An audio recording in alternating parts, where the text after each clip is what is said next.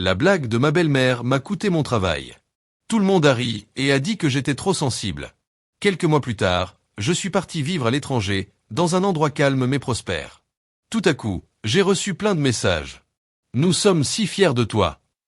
Nous avons besoin d'un petit service. Je leur ai dit de vérifier leur boîte mail. Une par une, leurs sourires ont disparu. Maintenant, plus personne ne rit. Elle s'étouffe, quelqu'un peut l'aider. Sa voix a traversé le bruit du brunch du samedi, et tout le restaurant est devenu silencieux. Merci, dit-elle en tenant sa gorge, le visage rouge, en repoussant sa mousse au chocolat à moitié mangée. Ses yeux remplis de panique ont croisé les miens de l'autre côté de la salle. Mais quelque chose clochait. Pendant une fraction de seconde, j'ai vu un petit tic à la commissure de ses lèvres. Un sourire moqueur. Mon ami a une allergie grave aux fruits à coque, cria Hélène, téléphone déjà en train de filmer.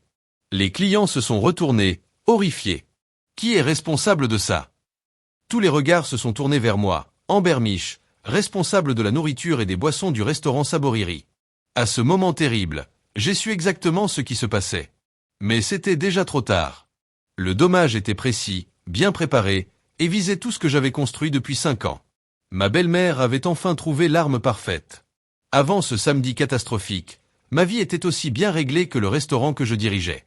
J'arrivais chaque matin à 6h30 pile. J'adorais cette demi-heure tranquille avant que les cuisiniers arrivent. La salle était paisible, les chaises bien rangées sous les nappes blanches impeccables. Je m'y sentais plus chez moi que dans la petite maison que je partageais avec Scott. Elle n'était qu'à 10 minutes de la maison de ses parents. Ces matins-là étaient sacrés pour moi. Je vérifiais les stocks, ajustais les commandes, réglais les livraisons avant qu'elles ne deviennent des problèmes. Quand le chef Daniel arrivait, j'avais déjà trouvé des solutions aux soucis possibles. Elle voit tout venir, disait le personnel. Cette réputation, je ne l'avais pas eue facilement. J'avais commencé comme hôtesse nerveuse 6 ans plus tôt, travaillant les week-ends pendant que je suivais des cours du soir de gestion de restaurant. Après 4 promotions, j'étais devenu la personne de confiance du patron. Je gérais les formations, les inspections sanitaires. J'avais mis en place un système numérique qui réduisait le gaspillage de 22%. Je mémorisais les préférences et les allergies de chaque client régulier. Surtout les allergies, aucun incident sous ma surveillance. C'est dans ce programme de formation que j'ai rencontré Scott. Il avait un regard doux, un charme naturel, et rêvait tout haut d'un bistrot à lui. 3 mois après notre diplôme, on s'est mariés. Une petite cérémonie qui a surpris nos familles. Sa famille pensait que je n'étais pas assez classe. La mienne avait peur que je me marie trop vite, juste pour échapper aux critiques de mon père et au silence de ma mère. Il n'avait pas totalement tort. Scott représentait la stabilité. Diplômé d'école de cuisine, famille soudée, bien connectée. Mais je n'avais pas anticipé ce que soudé voulait dire, surtout avec Grace, ma belle-mère. Grace Mich régnait sur son quartier comme une reine souriante. Sa maison était parfaite, ses œuvres caritatives bien choisies. Ses opinions étaient données avec un sourire qui n'atteignait jamais ses yeux. Elle avait 3 enfants, tous mariés avec des personnes appropriées, sauf Scott. Lors de notre première rencontre, elle m'a observé attentivement avant de demander « Et que fait ton père, ma chère ?» Quand j'ai dit qu'il était ouvrier dans l'usine locale, j'ai vu briller quelque chose derrière son sourire. Les critiques ont commencé doucement. Le travail en restauration, c'est si dur, disait-elle au dîner du dimanche. Scott doit se sentir si seul. Ah, la fille de mon ami vient de devenir représentante pharmaceutique. Quand j'ai été promu responsable, elle a penché la tête et dit « C'est bien, ma chère. Chaque travail a un plafond. » Scott ne voyait rien, ou ne voulait rien voir. « Maman est juste vieille école, disait-il. Avec les années, notre maison temporaire près de ses parents est devenue permanente. Et Grace venait de plus en plus souvent à l'improviste. Le restaurant était mon refuge. Le seul endroit où personne ne doutait de mes compétences. Je savais tout gérer, les fournisseurs lents, les serveurs dépassés, les clients en colère. La petite plaque dorée sur ma veste Amber Mich, responsable, me protégeait des critiques de Grace. J'aime, notre chef de rang, tatouée et diplômée en psycho, était la seule à tout comprendre.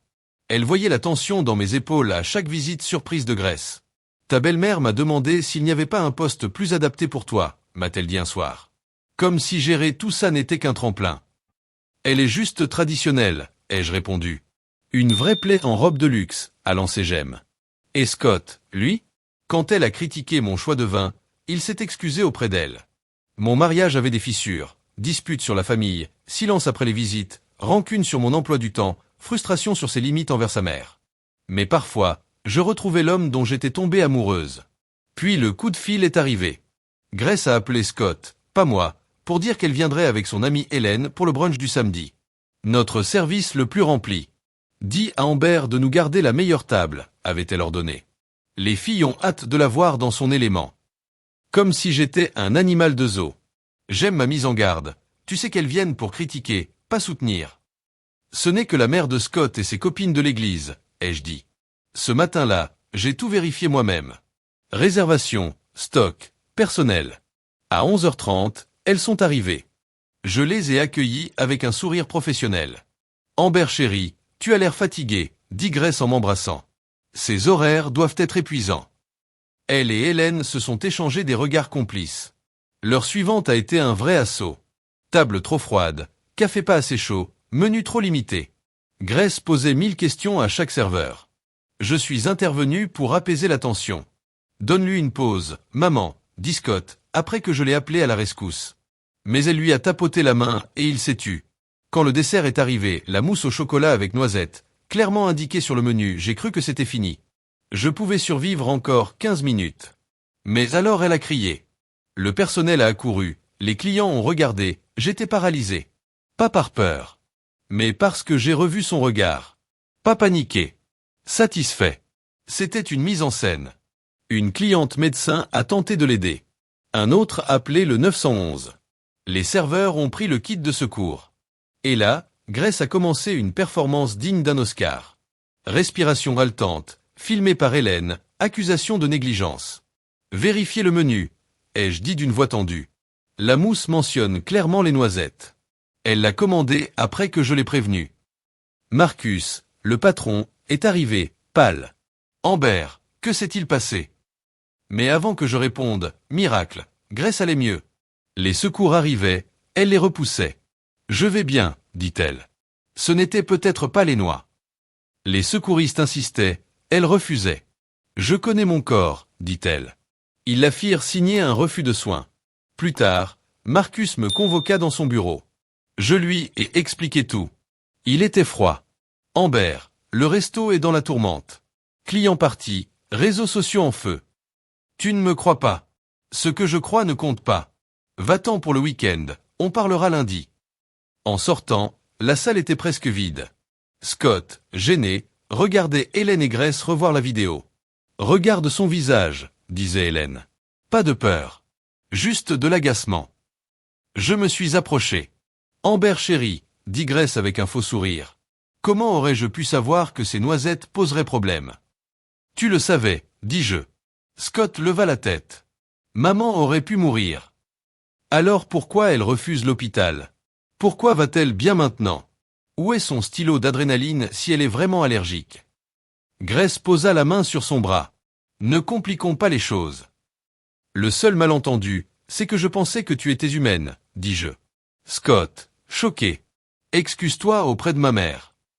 Non. Elle n'a pas d'allergie. Elle a commandé ce dessert express. Tout était prévu. Grace prit un air de victime blessée. Scott l'aida à se lever.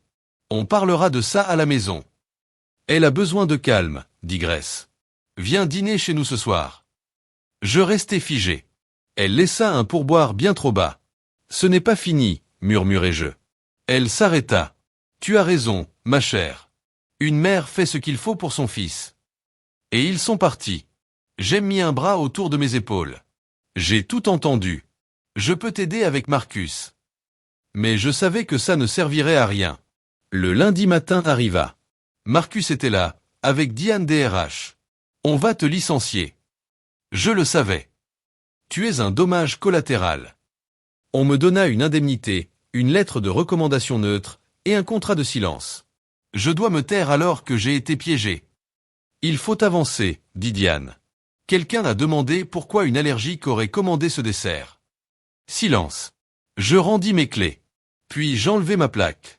Je suis désolé, dit Marcus. Trop tard. Dehors, Jem m'attendait. Je vais démissionner. Non. Reste. J'ai besoin de quelqu'un à l'intérieur. Sur le chemin du retour, tout semblait étranger. J'avais tout perdu. Scott m'envoya un texto.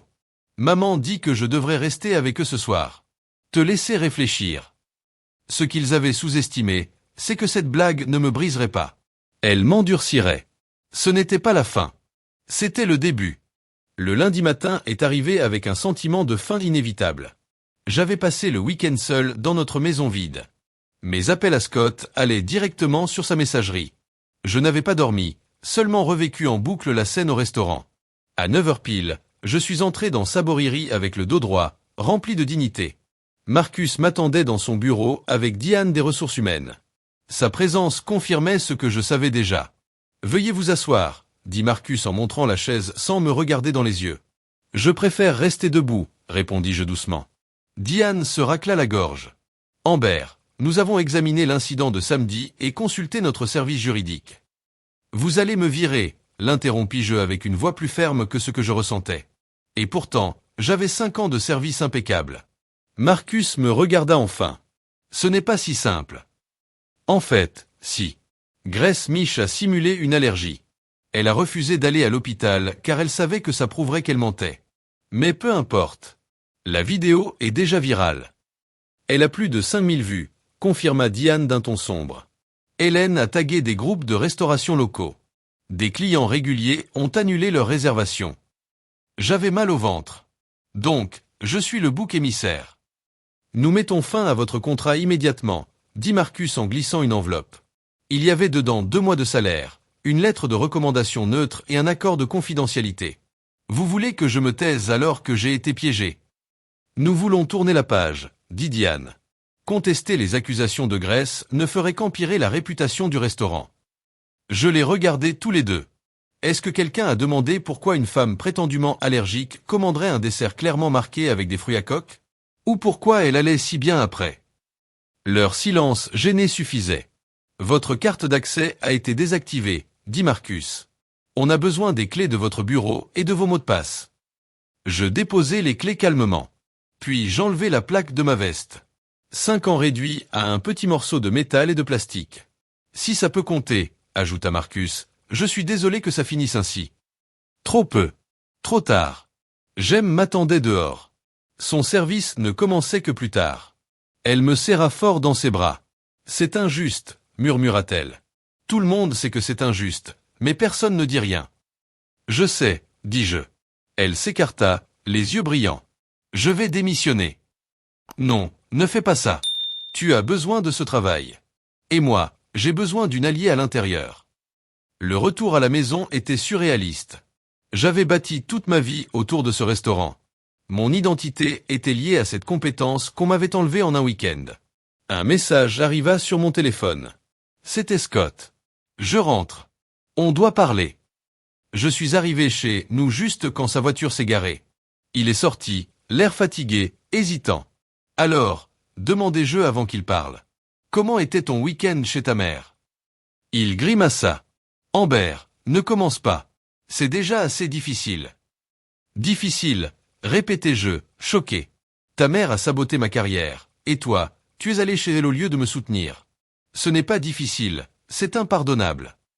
Il passa une main dans ses cheveux. J'ai parlé avec maman. Elle admet que ça a dégénéré. Mais elle ne voulait pas que tu perdes ton travail. Son indifférence me fit trembler. Elle voulait quoi exactement? Elle disait que c'était une blague, pour te montrer que peut-être tu étais trop centré sur ta carrière. J'étais sans voix. Elle a simulé un choc anaphylactique pour me donner une leçon. Quand tu le dis comme ça. Et comment devrais-je le dire alors? Je viens de perdre ma carrière parce que ta mère pense que je travaille trop. Et tu me dis que je devrais être reconnaissante. Il fronça les sourcils. Tu exagères. C'était une blague qui a mal tourné. Elle se sent très mal. Elle veut t'aider à trouver un emploi plus adapté. Les semaines suivantes furent floues. Je postulais partout. Hôtel, restaurant, entreprise. Les références passaient, puis échouaient mystérieusement. Les entretiens étaient annulés. Les postes disparaissaient. Les connexions de Grace étaient plus profondes que je ne le pensais. Tu dois venir dîner ce soir, insista Scott un jour. Maman a invité tout le monde. Elle veut arranger les choses. Je n'avais pas envie. Mais refuser l'aurait fait passer pour moi la difficile. Le soir, la salle à manger de Grace était pleine. Tout le monde se tut quand j'entrai. « Amber chérie, dit-elle en m'embrassant.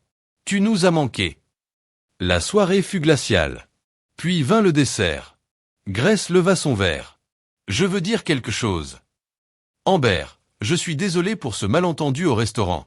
Je n'ai jamais voulu que ça aille aussi loin. » Des murmures d'approbation. Scott me serra la main. « J'ai une proposition, continua-t-elle. Le comité de l'église cherche quelqu'un pour organiser les ventes de gâteaux.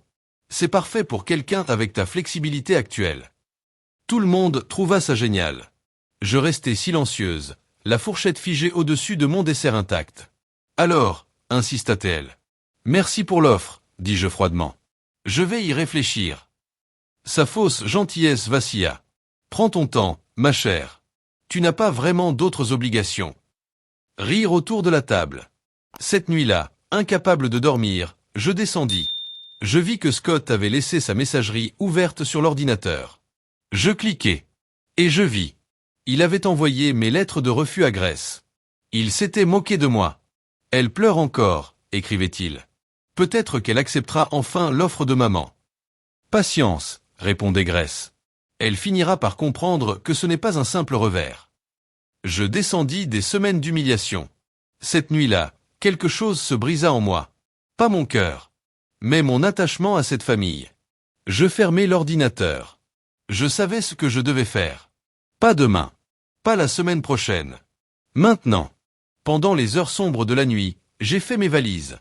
Juste l'essentiel, 2 valises de vêtements, mes diplômes bien rangés, et un disque dur externe où je venais de sauvegarder toutes les captures d'écran du fil de messages entre Scott et Grace. Le reste, les photos de mariage, les souvenirs de notre couple, tout ce que j'avais construit autour de leur famille, pouvait rester dans cette maison qui n'avait jamais été vraiment la mienne. 3 semaines plus tôt, après ma première lettre de refus, j'avais envoyé un message à Daniel, notre ancien chef de cuisine. Il avait quitté Saboriri pour un poste dans un gastropub à Édimbourg. Je lui avais simplement demandé s'il connaissait des opportunités. Sa réponse m'avait surprise. « Ça tombe bien, on cherche justement un manager pour les boissons et la cuisine. Personne ici n'a ton expérience. » J'avais gardé ça comme plan de secours. Mais maintenant, ce n'était plus un plan B. Je réservais un vol aller avec notre carte d'urgence. Je ne ressentais rien d'autre qu'une certitude glaciale. La note que je laissais sur le plan de travail était brève. Je pars. J'ai besoin d'espace pour reconstruire ce que ta famille a détruit. Ne me suis pas. Ne me contacte pas. Je te contacterai quand je serai prête. Je n'ai pas pleuré à l'aéroport. Ni pendant les 8 heures de vol. Mes larmes étaient devenues dures comme la pierre. Daniel m'attendait à l'aéroport d'Édimbourg. Son visage familier me réconforta. « Mon Dieu, Amber, tu as l'air épuisé, » dit-il en m'enlaçant maladroitement. « Je n'ai pas dormi depuis des semaines, » avouai-je. « Merci pour tout ça. »« Ne me remercie pas encore, » me répondit-il. « Le resto n'est pas Saboriri. C'est plus petit, plus vieux, et le patron est un Écossais pur jus. » Le petit appartement qu'il m'avait trouvé était au-dessus d'une librairie dans le quartier de Stockbridge. Une seule chambre, une petite cuisine, une douche qui fuyait. Mais surtout, c'était chez moi. À un océan de Grèce. Le patron, Malcolm Fraser, était un homme imposant avec une barbe grise. Il avait l'air dur, mais souriait avec les yeux. Il me regarda de haut en bas lors de notre première rencontre. « Daniel dit que t'es une sorte de magicienne de l'organisation. On verra. » Période d'essai de 2 semaines. Le lendemain matin, je commençais plus tôt que tous les autres. La cuisine était plus vieille, l'équipement usé, mais les règles étaient les mêmes. J'observais, je notais tout, pertes, erreurs, possibilités d'amélioration. Le personnel me regardait comme une étrangère. « Il pense que t'es une espionne », me dit Fiona, la serveuse principale. « Tu devrais peut-être t'expliquer avant qu'ils te mettent du sel dans le café. » Ce soir-là, j'organisais une petite réunion.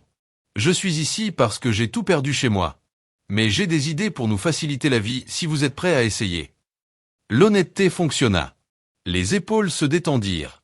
Angus, le sous-chef méfiant, dit « On t'écoute ». Je proposais de petits changements. Réorganiser les stocks, adapter les horaires, installer un système d'inventaire numérique comme celui de Saboriri. Malcolm accepta l'essai. 1 semaine plus tard, j'avais transformé leur placard en un espace organisé. Pas mal, marmonna-t-il, ce qui était un énorme compliment venant de lui. Pendant des semaines, je bossais en double. Le jour, j'apprenais les recettes locales. Le soir, j'écrivais tout ce que Grace m'avait fait. Jem m'avait envoyé des images de vidéosurveillance. Grace marchant normalement vers les toilettes après sa crise, se remaquillant calmement pendant qu'Hélène ajustait sa caméra. Ses dossiers médicaux prouvaient qu'elle n'avait aucune allergie. J'accumulais les preuves. Je ne savais pas encore ce que j'en ferais. Mais je savais que le jour viendrait. 3 mois après, mon contrat temporaire devint permanent. 6 mois plus tard, Malcolm me promut. Mon système avait réduit les coûts de 18%. Le personnel me respectait. Daniel me dit, « T'as atterri sur tes pieds. » Et c'était vrai. Je me sentais enfin moi-même. Édimbourg était devenu mon vrai foyer. J'aimais tout, les rues pavées, les accents, la gentillesse des inconnus. J'avais changé aussi. Nouvelles fringues colorées, cheveux courts, plus pratiques et symboliquement libérateurs. Surtout, je ne tremblais plus quand mon téléphone sonnait. Scott m'avait envoyé des dizaines de messages. Je n'avais répondu qu'une fois. Je te contacterai quand je serai prête. Grace avait essayé des approches indirectes, mais je les bloquais toutes. 10 mois plus tard, Malcolm m'appela dans son bureau. Je dois ralentir, dit-il. Le cœur fatigue. Tu veux être mon associé. 25% du restaurant, avec possibilité d'augmenter. Tu as redressé le navire. J'étais choqué. Je ne sais pas quoi dire. Dis oui, ou non. Mais décide vite. J'ai dit oui. De chômeuse associée en moins d'1 an. Grace n'aurait jamais pu prévoir ça. Ce soir-là, je signais les premiers papiers de partenariat. Et je postais une photo du coucher de soleil sur Édimbourg avec la légende « Nouveau début ». Scott m'envoya un message. « Amber, on doit parler. » Je ne répondis pas. Je voulais qu'il se demande. Pendant 2 semaines, d'anciens collègues me laissèrent des likes, des commentaires timides. Je postais plus de photos. Le restaurant, la vue depuis Arthur Seat, mes petits déjeuners écossais. Puis 21 mails de Scott. « Tu me manques.